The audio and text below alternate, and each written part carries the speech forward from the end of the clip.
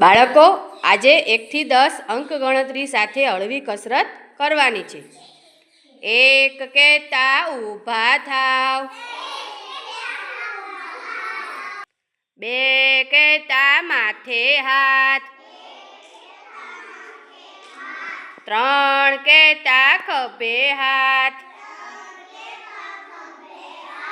4 કહેતા કમરે હાથ,